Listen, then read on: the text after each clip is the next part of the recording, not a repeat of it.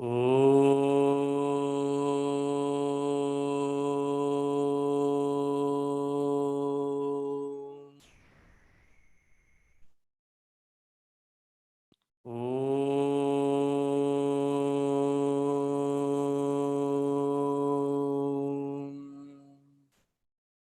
Om Sahana Vavatu Sahano Bhunaktu Sahaviryam Karavavahai Tejasvinavadhitamastu ma vidvishavahai.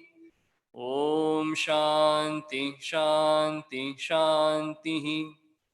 Samasta Jana Kalyane Niratam Karunamayam Namami Chinmayam Devam Sadgurum Brahma Vidvaram Sadgurum Brahma Vidvaram. Hari Om. Sorry about the technical difficulties, but it's on now. First of all, I'm Brahmachari Hari, for those of you that don't know me. First time speaking here at Saket. And I'd like to begin by thanking Puja Swami Sarveshananji. We're in a very difficult time right now. Uncertainty, lockdown at home, not knowing when work will resume as usual, when school will resume as usual. And one thing Swamiji has provided for us consistently during this time is this weekly satsang. Knowing that we need this to refresh our minds, keep us inspired, and keep us happy during this time. And I'd like to thank him for asking me to participate in this as well. So thank you so much. Now, with the uncertainty gripping us right now, when it comes to Vedanta, what can we hold on to get us through this time? And the idea came that bhakti, that devotion to the feet of Bhagavan, is what we can really hold on to. Which is why today we'll explore Navadha Bhakti, which is the 9 forms of devotion to the Lord. Now this comes in Srimad Bhagavatam, and later comes in Sri Ramcharitmanas, Tulsi Ramayana. And so we'll look at it from the standpoint of Tulsi Das Ji, where one of Bhagavan Ramchandraji's greatest devotees, Shabari Ji, meets him. And when she sees him, she asks, saying, Bhagavan, I know I'm unqualified for this knowledge. I know I don't deserve to know it, but I am your bhakta. Please tell me, how do I reach you? And very lovingly, in only 9 short dohas, Bhagavan Ramchandraji explains and expounds on the beauty of bhakti with Navada Bhakti, 9 forms of devotion. Now, what is bhakti? There's various definitions. We can say that it's devotion and love for the Lord. We can say it's seeking something higher, something beyond myself. There are all these types of definitions, and all of them fit within the framework of what this Navada Bhakti is also. So let's explore bhakti. We'll sing 1 doha at a time and then go explaining the meaning.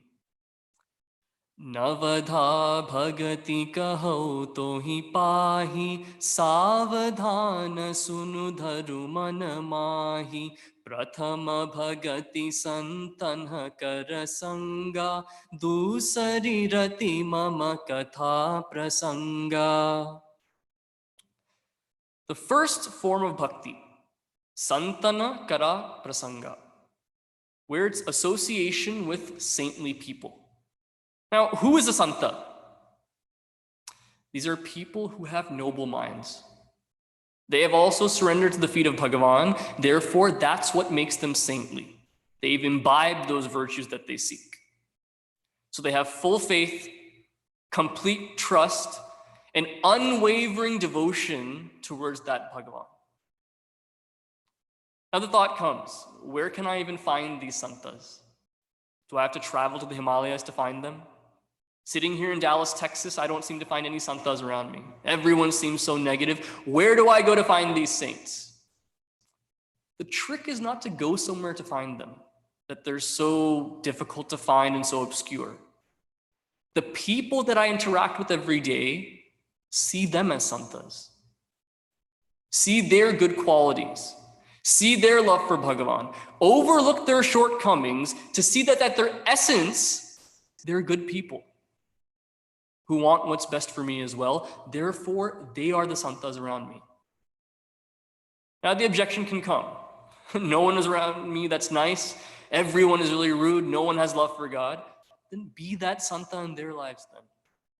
Be that positive influence, that positive energy that no doubt will be infectious, rubbing off on others, making harmony for everyone. Why can't I be that person then? Now, whatever mindset I have, I create that surrounding around me. If I'm negative, if I complain and cavil at everything, my surroundings will be similar. I'll be with people who complain, commiserating in our own misery all the time. If I'm someone who's positive, has that faith in Bhagavan, then naturally the people that gravitate towards me will be like-minded people. Simply the way it is. But then we run into an issue now. When we declare that we want to pursue Bhagavan more, wanting to live a more sattvic life, there's always that fear. Won't I be ridiculed by my friends? People will think I've gone bananas. They'll say, you don't even party with us, you sleep early because you want to worship Bhagavan in the morning. You never, resort to idle chatter and gossip anymore. You only want to talk about the leelas of Bhagavan. They'll think you're crazy. That's just a fact. But the truth is, the trick here is also, if my friends are the type that cannot tolerate me having love for Bhagavan, find new friends. As hard as it may seem, then, following this path of Navada Bhakti takes that courage of who do I associate myself with? And the first step of that is analyzing what are my priorities? Do the people around me that I choose to associate with, do they have those same priorities? First step to look at then. Second, Mama Katha Prasanga, where stories of my beloved Bhagavan bring me closer to him. So many children, even adults, have favorite actors and actresses, favorite sports stars, and we know everything about this person. If it's a favorite singer, for example, many people, the zeitgeist around, they know the hit songs of that singer. But we as true fans, we know that first album that sold only 5,000 copies. We know every song in that album. We know the birth date of that singer, where they were born, all their relationships that they had before they got married, after they got married. We know everything about them. When it comes to love for Bhagavan, then, we seek to know Bhagavan the same way. Whether it's looking at Bhagavan Krishna's Leela and Srimad Bhagavatam, whether it's looking at Bhagavan Ramchandraji's journey throughout Ramayana, whether it's distinctly looking at every feature and facet of Bhagavan Shiva in his Purana, we strive to know more about this Bhagavan every single day. And we never get tired of knowing more about him. These stories never seem to get old for us. But then the question arises, and this is a question I've seen come from Balvihar students, from chicks, from adults as well. Why do I need to focus and worship one particular form of Bhagavan? Now, these aren't people that don't believe in Bhagavan. That's not true. After some level of studying Vedanta, they've seen that true reality is attributeless. Nirguna Nirakara, that ultimate Brahman. Why can't I simply worship that? Why have this crutch of Bhagavan? First of all, then, there's a simple exercise we can do for this. Close your eyes. Think about something that has no attributes. Go ahead and think about something without any kind of attribute. Impossible, right? Hopefully it was impossible. Meaning there's no way we can recognize what that Nirguna Nirakara is, especially where we are now. And there is such a thing as Nirguna Upasana. It's been given in the Upanishads. We're looking at the sun is stationary and all the clouds move around it. Similarly, me in my essence, I am stationary. This body, this mind, and intellect are always moving. I'm not really moving. That upasana is done. But that's at that concentrated level where the sadhaka has purified his mind and he's ready for that final step. I, with my jealousy, with my anger, with my doubts, with all of this going on, I first must purify that mind. And the only way that purification happens is through worship of the Lord. To get to that point where I sand down my likes and dislikes. To get to that point where I'm no longer turned and tossed by this body, mind, and intellect, that only comes through surrender, and surrender to that Bhagavan, my Ishtadevata, that Lord of my heart. Now, bhakti is also knocked for not being intellectual. When people say, oh, bhaktas, all they do is sing bhajans all day, chanting, doing japa, there's no intellectualness associated with it. They put on a big show with tears in their eyes as they sing and play the instruments. That's all there is to it. Really? And they'll point to scriptures and say, look at the gopis in Srimad Bhagavatam, pining after Krishna, crying about him all the time, and just infatuated with that entity that they see. Really?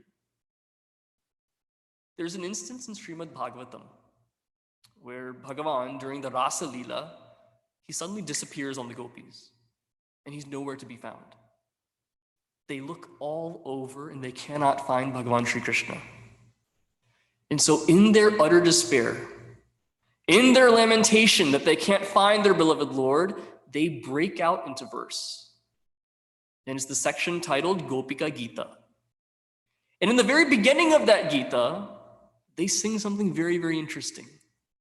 Nakhalu Gopika Nandano Bhavan Akhila Dehinam Antaratma Drak.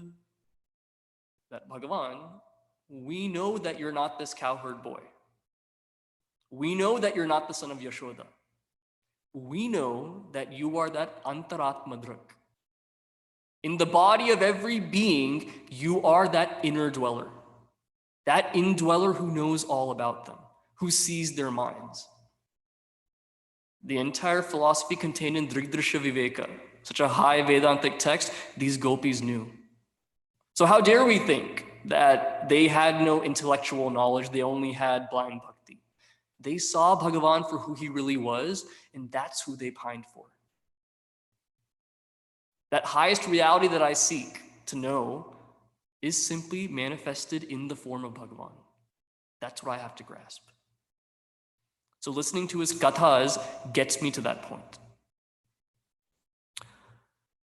Gurapada Pankaja Seva Tisari Bhagati Amana Chauthi Bhagati Mama Guna Gana Karaika Patata Jigana. Gurapada Pankaja. Third step of devotion is seeking the feet of that guru. Now, finding a guru seems like a very uphill battle. So many to choose from around us, and like superstar athletes, we're tempted to jump from one guru to the other, based on who gives us the biggest perks, which guru gives us the most attention, who do I have most access to, which guru makes other people think that I'm great because I have this guru. All of these come into our mind. And like the peanut gallery, we sit there and judge. This guru has knowledge, this guru does not have knowledge. His beard is longer, therefore he must know more. His kurta is not bright orange, therefore he must not know as much.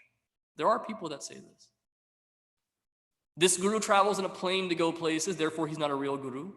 This guru has not left his village for the past 50 years. What does he know about the world? How can I listen to him? So many vikalpas come into our mind. But instead of going and seeking a guru, if I have that trust in Bhagavan, simply ask Bhagavan for his guidance in the form of a guru. That should be that earnest prayer that I have. That even for a person like me, please bring that guru into my life that can take me to you. And if that prayer is earnest and done in full faith, it will be answered. There is no question about that. And with the guru, Tisari Bhagati Amana, complete amana with that guru. Mana meaning that pride, that attachment to self-worth, thinking I am this person, I've done this, I've accomplished this is what my resume is. When mana is very high in a person, I fail to submit to anyone. surrendering to anyone else's will, to anyone else's opinion. I think I'm always right, and that hard-headedness does more to bloat my ahankara, to bloat that ego that I'm really trying to kill. With the whole world, I can wear different masks, where I can hide my emotions, hide my insecurities, project this fake confidence. With the Guru, though, I can never do that. Because a Guru is one who knows me inside and out. To guide me to where I have to go, they have to know me that way. So with the Guru, all masks are off. Complete amana, where I care not for my self-worth. I only care about knowing that truth, and any dictum of the Guru, any advice of the Guru, I take as a Vedavakya, that I must follow this to get where I want to go. Absolutely no resistance. One method that we show our surrender to Bhagavan or the Guru is Sashtanga Namaskara. Sa Ashta Anga, where 8 limbs are on the ground. Now, all these limbs are physical. The elbows, the knees, the chest, everything falling on that ground. But the 8th and most important limb that must be surrendered at the feet of the Guru is that ahankara, that sense of individuality. And I can physically do as many namaskaras as I can, but if that ahankara is not placed at the feet of that Guru, ready to obey, ready to be molded, then there's no chance for me to grow. So serving the Guru without any amana. Fourthly, mama gunagana karai kapata. Without any kind of hypocrisy, seek me. What is that highest hypocrisy? The highest hypocrisy one can have is to think that I am the greatest devotee, that I treat everyone so kindly, I'm never rude to anyone. When it comes to knowledge, I'm steadfast in grasping the knowledge. I have full faith in Bhagavan, and I'm greater than everyone else because of it. That sattvic ego can also rise. That's the biggest hypocrisy. Because in front of Bhagavan, I am nothing. Kalpas have come and gone with various beings, that Bhagavan has remained. Times have changed drastically, that Bhagavan has remained. I've come into this world, I last a few seconds and I'll leave. Bhagavan will still remain. In front of him, I am nothing. Never think too highly of myself. Now comes the question then. What do I pray for? Oftentimes we stand in front of the Murti of Bhagavan and say, Bhagavan, please give me this, give me that. This person wronged me, you please deal with them a certain way. Things have been going badly for me, please change the course of my life. Always asking for everything from Bhagavan. And we say, Bhagavan, for the things that I want, only you can give. Therefore, it's my right to ask, please give me what I want. And in times of sorrow, we go and cry and say, please fix my problems as well. But if we truly understand who Ishvara is, will that still be the texture of our prayers? Because during Arati, we openly say, Bhagavan is Sarvagnya, Sarvashakti Antaryami. Sarvagnya. Bhagavan is that all-knowing. He is all, and then Gnya, of the nature of knowledge, therefore all-knowing. There's nothing he does not know. Sarvashakti. Bhagavan is all-powerful. In the entire Srimad Bhagavatam, one unmentioned character who deserves recognition, in my opinion, is Hiranyakashipu's attorney, his personal lawyer. Because he made the most airtight, wonderful contract that Hiranyakashipu cannot be killed inside nor outside, not during the day, not during nighttime, not by a human, not by an animal. Such an airtight contract. Wonderful lawyering work there. Bhagavan was even able to break that contract. Killing him at dusk, not during the day, not during night. Coming as a half man, half beast. All these loopholes that he was able to cross. Sarva Shakti, all powerful. Then Antaryami, that indweller in every being, pumping in the hearts of all. Now, knowing this, knowing that Bhagavan is Sarvagnya, Sarvashakti, Antaryami, when I go to him, how can I ask him for anything? When I ask him for something, I'm assuming, Bhagavan, you don't know what's in my mind, let me tell you. So what Sarvagnya is he then to me? If I go and say, Bhagavan, I'll break 10 coconuts for you, give me what I want. Turning this into a business deal then, vyapara. Where Bhagavan, yes, I believe you are Sarva Shakti, but let me entice you by breaking these coconuts so you give me what I want, as if he doesn't have all that power. And then Antaryami, thinking, Bhagavan, in the confines of my house, I can't worship you and ask. I must go to your temple. Only in front of you there can I ask you for what I want.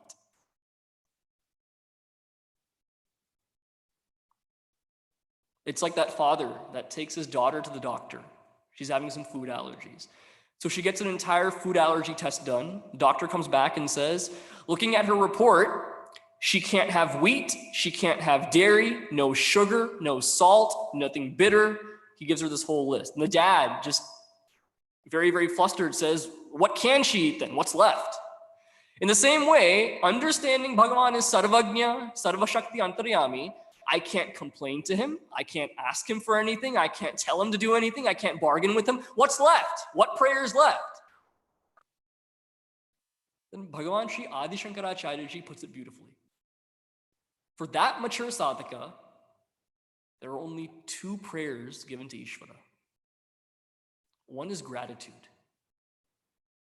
Thank you for giving me the ability to seek you. Second is, Bhagavan, please give me that strength so that I let go of everything in the world and only seek your feet. Give me the strength, the power, and the character to achieve that. For a mature sadhaka and a true bhakta, that's the only prayer to have. Jnana deepens bhakti, bhakti sweetens jnana. With these two in tandem, I understand what Bhagavan is. Therefore, the very texture of my prayer is elevated and completely changes. Now the fifth and sixth. Mantra japa mama dridha bisvasa panchama bhajana subeda prakasa chatadama sila birati bahu karma Nirata nirantar sajjana dharma. Mantra japa mama dhrida bisvasa. With firm, unwavering trust in me, chant a mantra. This can be chanting of a stotra. This can also mean doing japa of a certain mantra. Where mantra is simply the reflection on the lakshyartha of a mantra, and that removes my afflictions. Now, what are these two words here? Vachyartha and lakshyartha. The same phrase or word can be taken, but can have a literal meaning as well as that implied meaning. For instance, imagine that I'm in front of a package. I open up a package from Amazon, and I pull out some bubble wrap from there. And being as old as I am, I still can't resist that bubble wrap. So I'm there popping every single one, enjoying myself. And Swamiji or someone older than me looks at me and says, hey, Hari, how old are you? The appropriate answer to that question is not, I'm 27 and a half. That's not what I'm supposed to say. Because the question being asked is not literally, how old are you? The question is much deeper than that. It's looking at your age, looking at this beard that you have and everything, still acting like a child, behave yourself. That's the answer. That's the very essence of that question. Similarly, a mantra that we have. Shri Ram, Jai Ram, Jai Jai Ram, Om Namo Bhagavate Vasudevaya. On its face, may be just alluding to that form of Bhagavan that I can perceive. But deeper than that is that ultimate reality that Bhagavan is simply manifested in that form. That's what I must focus on during that japa. And that's how I grow in the process then. Not simply looking at what is at face value. So the mantra is that formula. And through that japa, I make a three-pronged change in my very personality. Where the nature of my thoughts right now are that they're running wild, this way and that way. So many thoughts, most of them negative, a few of them positive every now and then. And when I want to channelize myself to perform a task, to concentrate on Bhagavan, whatever it is, I have the inability to do that because my mind is running here and there. So this process of japa affects me and my thoughts at a quality level, at a quantity level, and at the level of direction and flow. First step is to bring down the quantity of thoughts. When that's done, automatically the quality of my thinking rises. Not so many distractions, not so many dirty thoughts and garbage coming in of unnecessary things that I have to do. I simply stay on the path and the quality of my thoughts rises. With a lesser number of thoughts and with the raised quality of thoughts, direction of my thought flow is more channelized, more clear, and more efficient. And once this direction of thought flow is achieved and optimal, that gives me the ability to focus more on Bhagavan and that reality. That japa calms my mind. And it must be repeated with faith. It's a very important part. Not simply rote recitation, but done with faith, whether that's a stotra or a japa mantra. When I was a chick, we had one chick member in our group, and he came from a very strict household, where many families, we chant Brahmaharpanam before we eat, right? In his family, the rule was, you have to chant Vishnu Sahasranama before dinner. No Vishnu Sahasranama, no dinner. That was the rule. So his father had a traveling job. So if his dad was out of the town, then the way he'd read it, Shuklam Bharadam Vishnu Shashivanam Chaturbhujam, within 5 minutes, the whole thing would be done. Neither he would understand what he was chanting, neither Bhagavan understood what he was chanting, but it would be done at least. But if his dad was at the table with him, it was a different experience. Shuklam Bharadharam Vishnum Ping Shashivarnam Chaturbhujam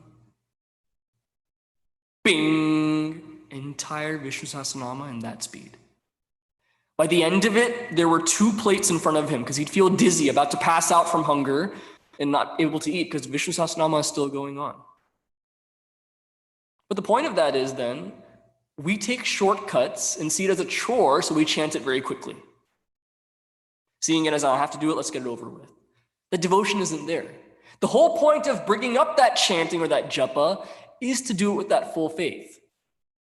So it's not about quantity there. How many malas can I go through? It's what is the quality of that japa that I'm doing? That's what I have to hone in on. And since this is about transformation, it doesn't happen overnight. That's something to keep in mind. Many people, we try japa and we try it for a week or so and say, my mind is disturbed during it. Japa's not for me. I'm giving it up. Some others of us, we go in fully, where it's not 1 mala that I'm trying the first day. I'm going to try doing 10 malas of Gayatri Japa the very first day that I do it. And we get burned out. It's like going to the gym. The first time someone goes to the gym to work out, they just get astounded by all the equipment around them. So biceps, yes, let's curl these. Oh, leg workout, let's do this. Abs, let's do this. They're just so energetic.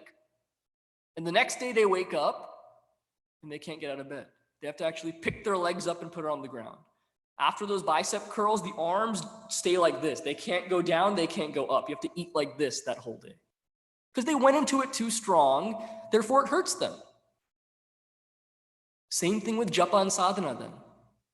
Simply jumping into it right away, doing as much as I can, that burns me out. Take baby steps. Steps at a time that gets me more firm in what my sadhana is. Also at the gym, something I love seeing. It's hilarious to me. You'll see these guys who seem to live at the gym. Very, very strong guys.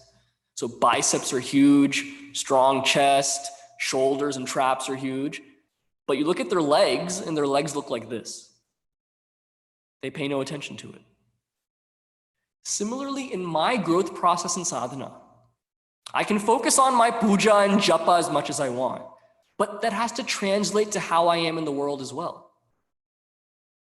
If I shout at every person I see, I can't tolerate anyone else's vices, and I'm a general pain to be around, what good is my sadhana then? The sadhana, the real sadhana that comes is, how do I interact with the world and others around me?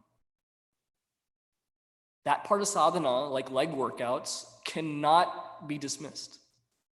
I have to include that in my sadhana, always watching my mind, not just at the seat in front of the altar in front of Bhagavan, but when I traverse myself in the world as well. Which is why the movie On a Quest was so inspiring to see. Chinmaya Mission could have made a hagiography, which is a movie that idolizes someone, saying that look how great Chinmayananji is, look how great our Gurudev is, he never made a mistake, he taught Vedanta to so many people, he traveled all over the world, he was this great Swami. That's not how they portrayed him though. They showed that Balakrishnan Menon smoking a cigarette. They showed that Balakrishnan Menon arrogantly questioning Swami Shivananji. They showed all of this, not just to show how great Gurudev is, but the real point of that entire movie was the transformation. And the inspiration for me is, if he could go from Balakrishnan Menon to being that lion named Swami Chinmayananji, what is my excuse for growing? We're seeing these santas that we have all around us. Dhamma, sila, those are the qualities that are given here, that comes from observing the santas, nirata nirantara, at all times. That's not just done by looking at how they are now and thinking I can't reach that level. It's seeing the growth that they had to go through as well, which is why our Puja Gurudev story is so inspiring. 7th and 8th virtues now. Satava sama mohimaya jagadekha mote santa adhika karilekha आठव जथा लाभ संतोषा सपने who नहीं देखई पर दोषा Samamohimaya jagadekha, meaning everywhere you look, only see me. But Bhagavan, everyone around me is rude to me, no one listens to me, how can I see them? Such vile, vicious people everywhere, how do I see you in them? That's the sadhana then. There comes the tough part. Nowhere in this Navada Bhakti is it said that this is easy to do. That's never said. That is a difficult sadhana. Where I see that as manifestations of this Lord himself, anything that someone does to me comes through them, not by them. Because if I understand karma siddhanta, the principle of karma correctly, everything I'm experiencing now is because of something I've done in the past, either in this life or a previous life. Therefore, when someone has wronged me, someone insults me, that's not coming from them, but rather through them. And me saying it here is very, very easy, but putting that into practice, having that mindset when I'm angry, when I'm flustered, when I'm disturbed, there comes the sadhana then.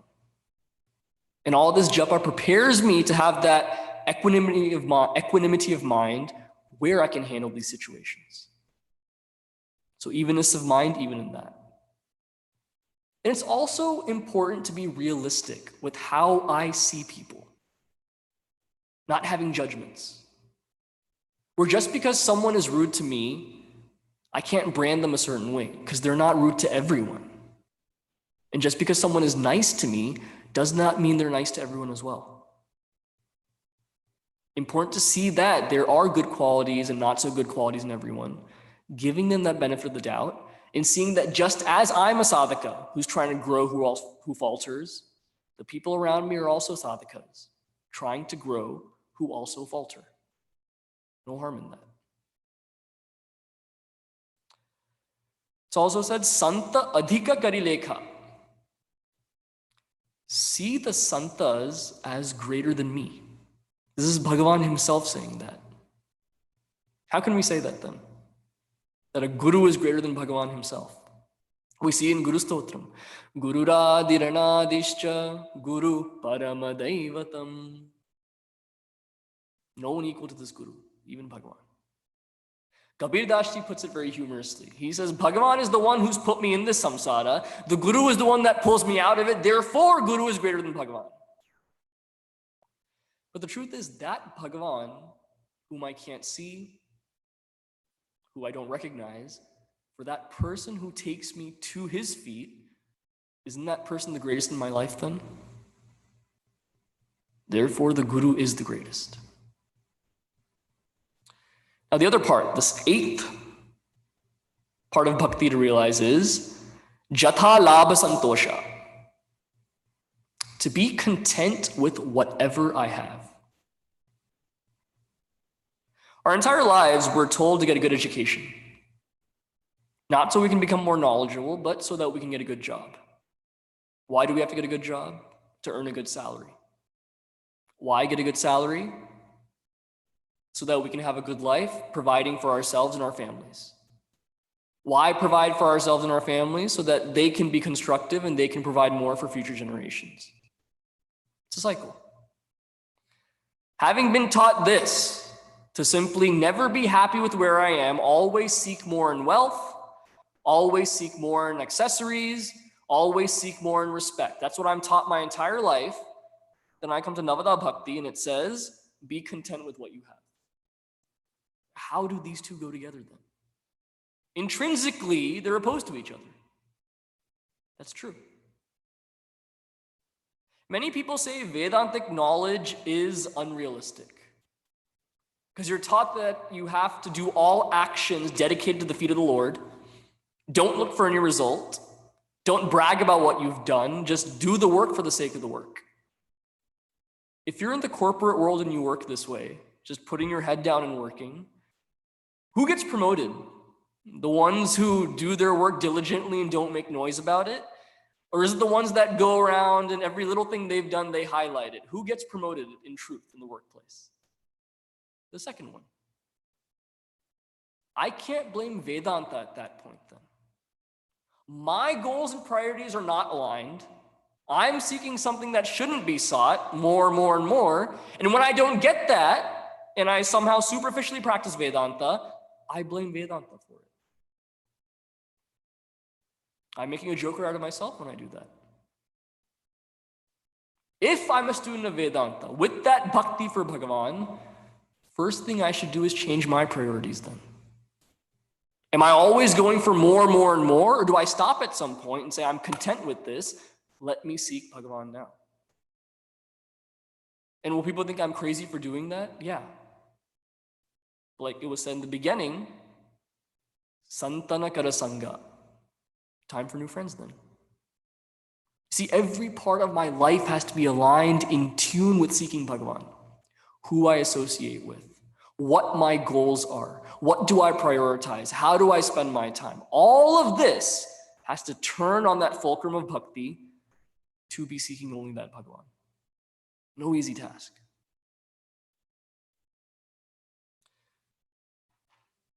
Now we come to the ninth part of Navada Bhakti.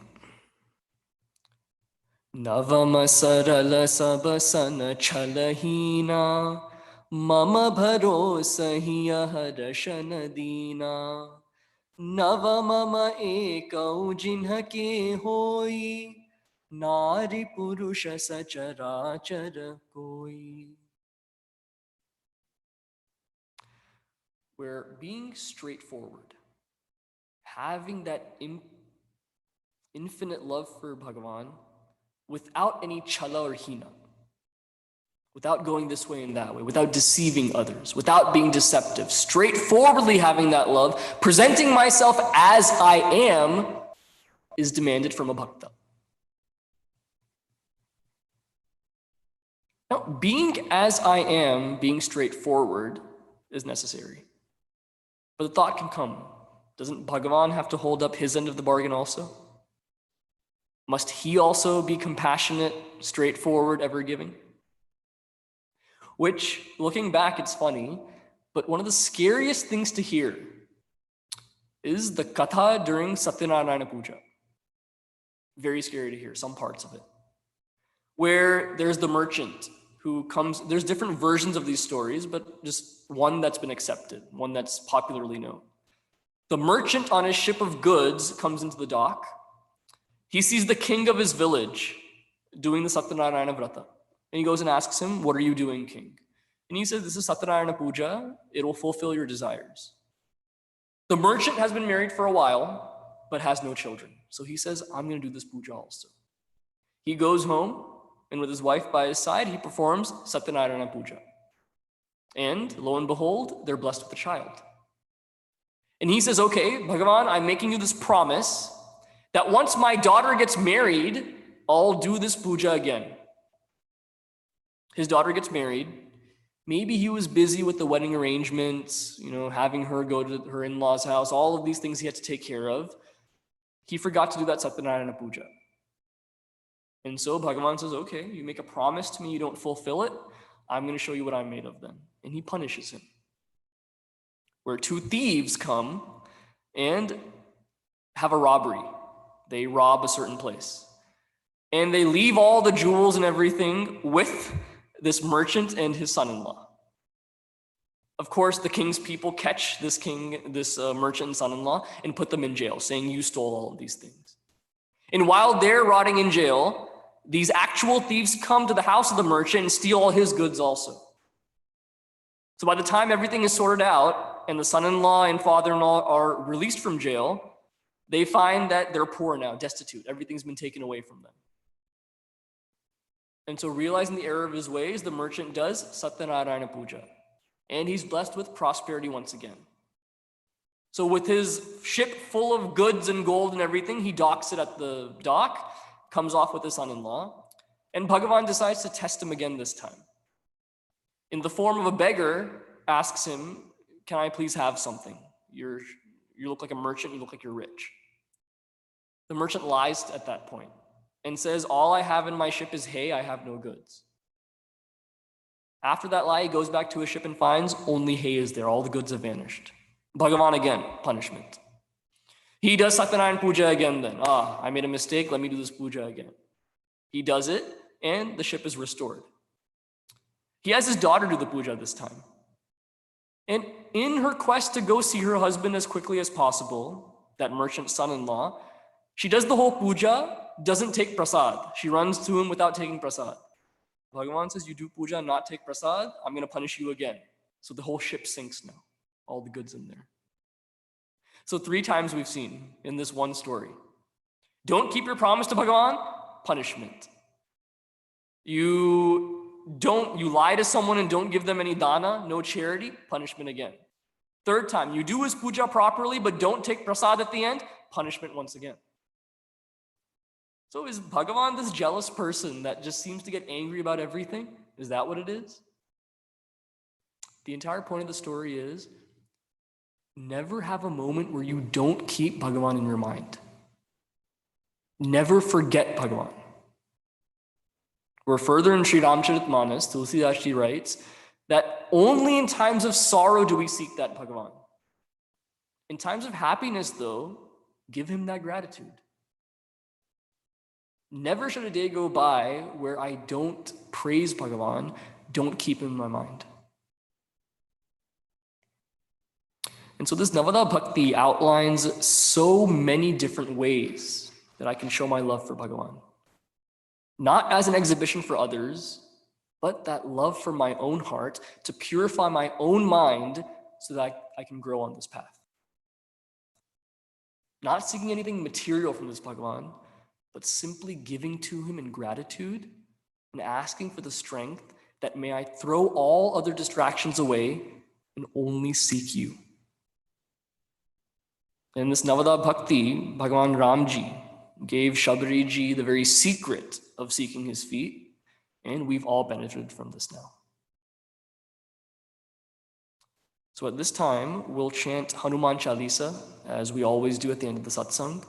One announcement, though, before we do that. There's been a recent phishing scam that's been going on.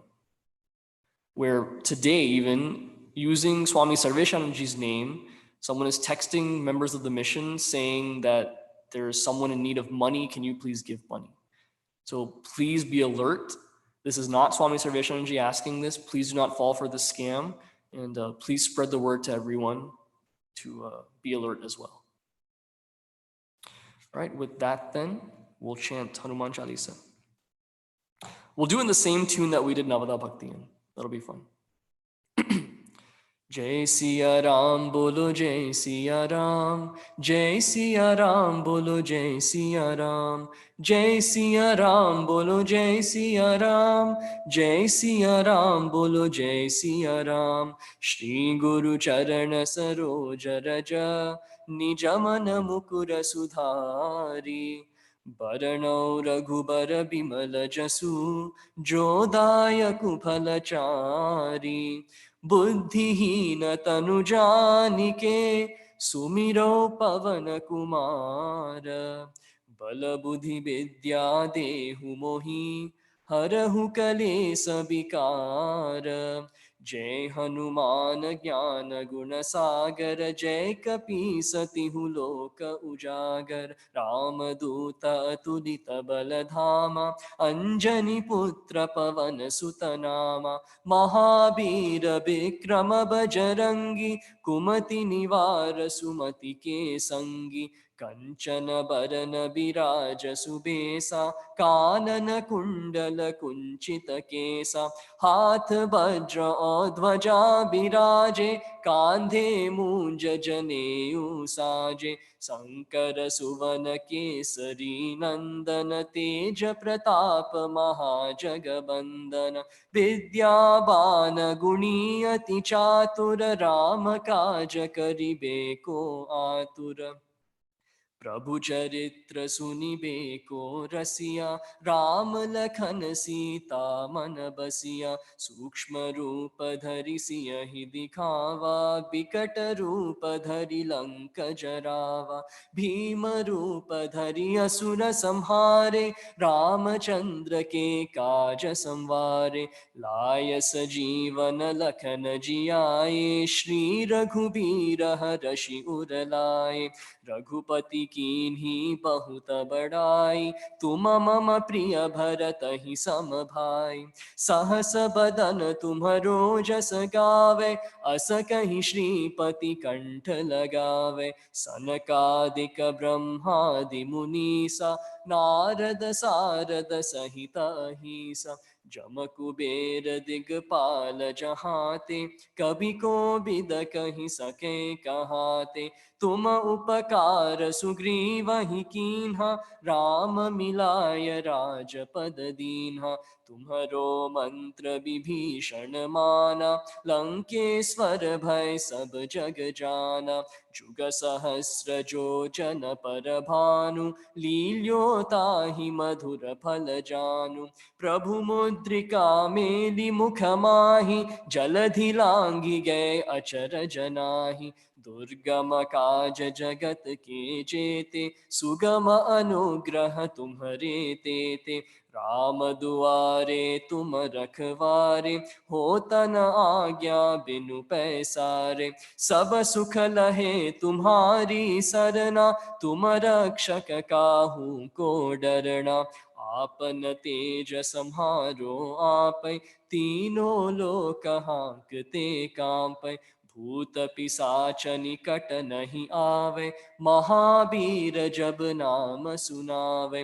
नासे रोग हरे सब पीरा, जपत निरंतर हनुमत बीरा। संकट ते हनुमान छुड़ावे, मन क्रम बचन ध्यान जो लावे।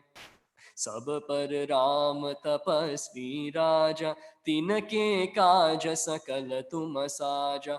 और मनोरथ जो कोई लावे, सोई अमित जीवन फल पावे। चारों जुग परताप तुम्हारा, है परसिद्ध जगत उजियारा। साधु संत के तुम रखवारे, असुर निकंदन राम दुलारे। अष्ट सिद्धि नौ निधि के दाता, असबर दीन जानकी माता। राम रसायन तुम्हारे पासा, सदा रहो रघुपति के दासा। तुम्हारे भजन राम को पावे, जन्म जन्म के दुख बिसरावे। अंत काल रघुबर पुर जाई, जहाँ जन्म हरि भक्त कहाई। और देवता चित्तन धरई, हनुमत से सर्व सुख करई। संकट कटे मिटे सब पीरा, जो सुमिरै हनुमत बलबीरा। जय जय जय हनुमान गोसाई, कृपा करहु गुरुदेव की नाई। 64 बार पाठ कर कोई, छूट ही बंदी महासुख होय। जो यह पढ़े हनुमान चालीसा, होय सिद्धि साखी गौरी सा। तुलसीदास सदा हरि चेरा, की जय नाथ हृदय महडेरा। पवन तनय संकट हरणा, मंगल मूर्ति रूप। राम लखन सीता सहित, हृदय बसहु सुर भूप। सियावर रामचंद्र की जय, पवन सुत हनुमान की जय। उमापति महादेव की जय, बोलो भाई सब संतन की जय। Now मृत्युंजय मंत्र 3 times. ॐ त्र्यंबकं यजामहे सुगंधिं पुष्टिवर्धनम्, उर्वारुकमिव बन्धनान् मृत्योर्मुक्षीयमामृतात्। ॐ त्र्यंबकं यजामहे सुगंधिं पुष्टिवर्धनम्, उर्वारुकमिव बन्धनान् मृत्योर्मुक्षीयमामृतात्।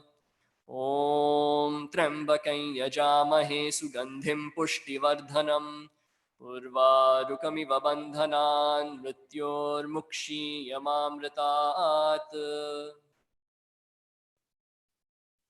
ॐ पूर्णमदः पूर्णमिदं पूर्णात् पूर्णमुदच्यते, पूर्णस्य पूर्णमादाय पूर्णमेवावशिष्यते। ॐ शान्ति शान्ति शान्तिः।